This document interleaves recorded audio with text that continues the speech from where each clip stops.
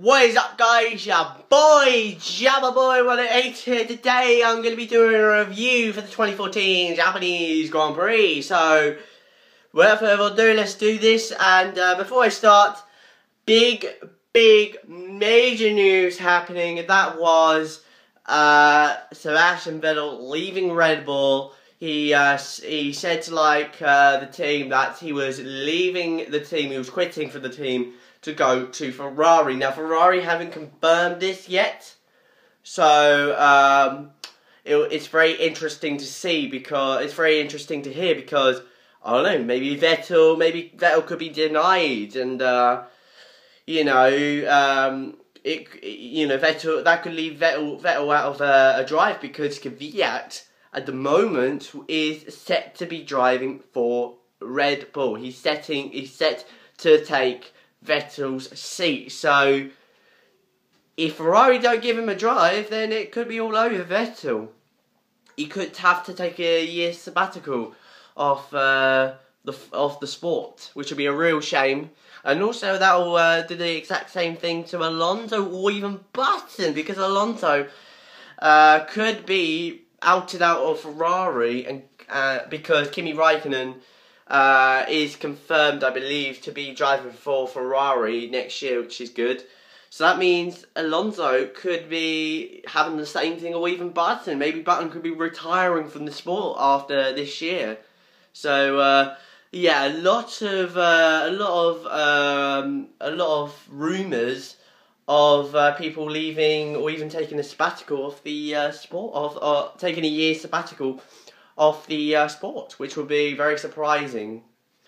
But I think Alonso will probably go to McLaren, and I think Vettel will probably get his seat in Ferrari, I believe. So that's my opinions, and yeah. So without further ado, let's move into before we move on to qualifying, there was an accident. It wasn't major. It was only Hamilton going off the road. He damaged a little bit of his car. The team rebuilt his car really quickly, and he was able to do qualifying successfully. And as qualifying started, it was in very dry conditions, very normal conditions, you would say, and it was no real big accidents, no dramas. So at the end of Q1, Maldonado was out, I believe, in the Lotus from another driver who I don't know, and the Mauritius and Caterhams. And then into Q2, normal suspects were out, including the Toro Rossos and whatnot. So yep, and then into Q3, it was a big battle between the two Mercedes for pole position. Both of them pushing as hard as they can to get pole position, but in the end it was Nico Rosberg getting on pole position after Lewis Hamilton having a little bit of a lock-up going into the hairpin, which cost him pole position. And yeah, so good pole for Rosberg there. Good on Williams to get onto the second row of the grid there. Good on them. Alonso, I believe, fifth, good on him as well. Ricciardo 6th, good as well. No, Ricciardo 5th, good on him as well. Alonso 6th, good on him as well for that. So yeah, moving on into the race, which was predicted to be wetter, which exactly happened, and as a result, the race was started by the safety car for 7 or 8 laps until they got going. Before that, Alonso had some issues. His car broke down. I think it was a power issue, so he was out of the race. Then Marcus Ericsson spun coming out of the Casio chicane, just coming onto the pit straights. He spun going onto the gravel track. He managed to keep going, which was great. And at the start of the race, no real big dramas, to be honest. Jenson Button put on a set of intermediates on the first lap of the green flag lap, and put on a set of intermediates, and as a result, he managed to jump up into third place, which was absolutely great for him, as he hasn't had a podium since Australia. So yeah, good on him for making the strategy work for him there.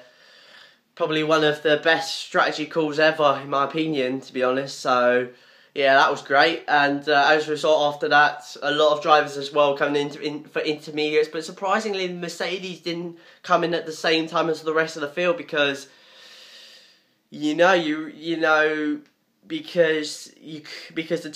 one of the Mercedes could get a little bit of advantage over the other one. So you would expect Rosberg to pit and get a massive advantage over Lewis, but apparently that didn't happen. But it did happen soon enough.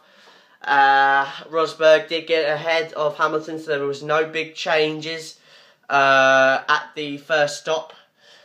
But later on, we saw Lewis Hamilton closing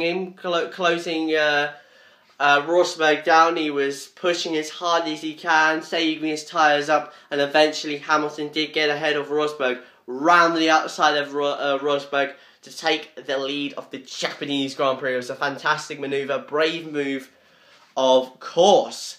And before that little overtake for the lead, we saw a lot of battles as well. We saw Ricciardo doing 2 moves on the Williams, going around the outside into the little S-curves, which is absolutely amazing. A great move by Ricciardo there, really testing the grip of the outside there.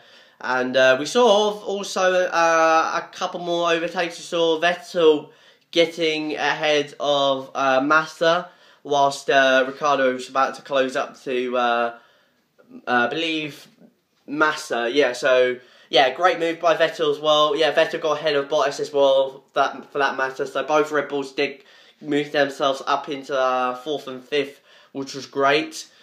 Button still in 3rd, but when he came into the pits,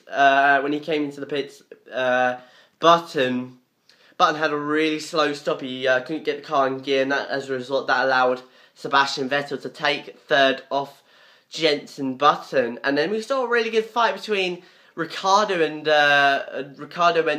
Button for 4th place, as Ricciardo was all over the back.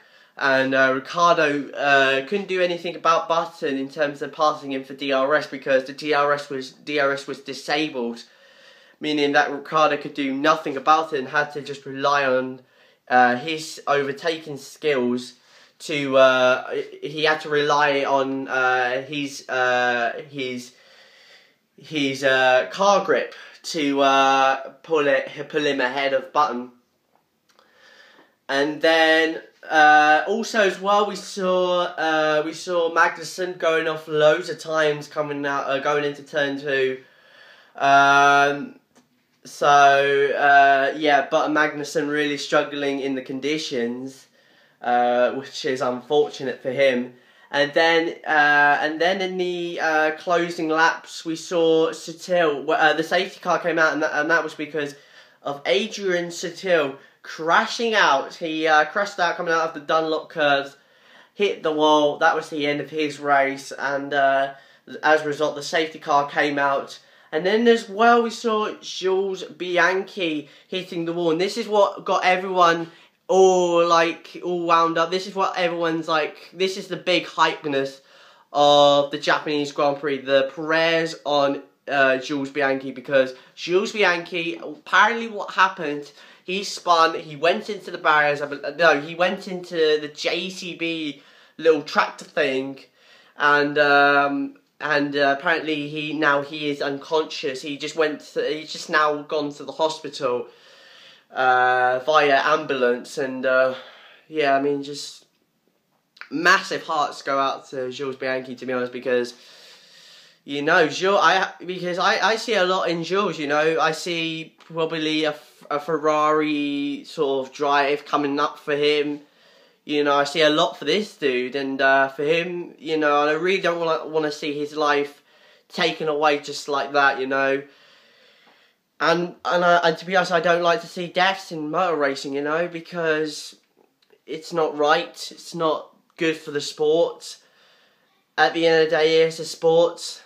They are here to win, not to kill themselves. And yeah, I mean, just massive hearts go out to Jules Bianchi, like I said, and I hope he really recovers from this, and I hope that I hope the team can. I mean, just it really is a big bummer to the team, to be honest, you know, and a big bummer to the family and friends as well, and you know, yeah, it's just, it absolutely sucks, man. I mean, it absolutely sucks. So yeah, massive prayers go out to Jules Bianchi. I hope he really, I hope he comes out of this okay, and yeah, I mean, just.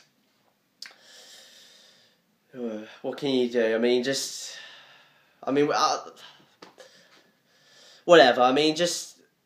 Like I said, prayers on Jules Bianchi. And, yeah, folks, that's it. That's going to do it for today. Hope you guys enjoyed this video. And, yeah, I'll see you guys next time. It's your boy, Jim Renee. I'm out. Peace.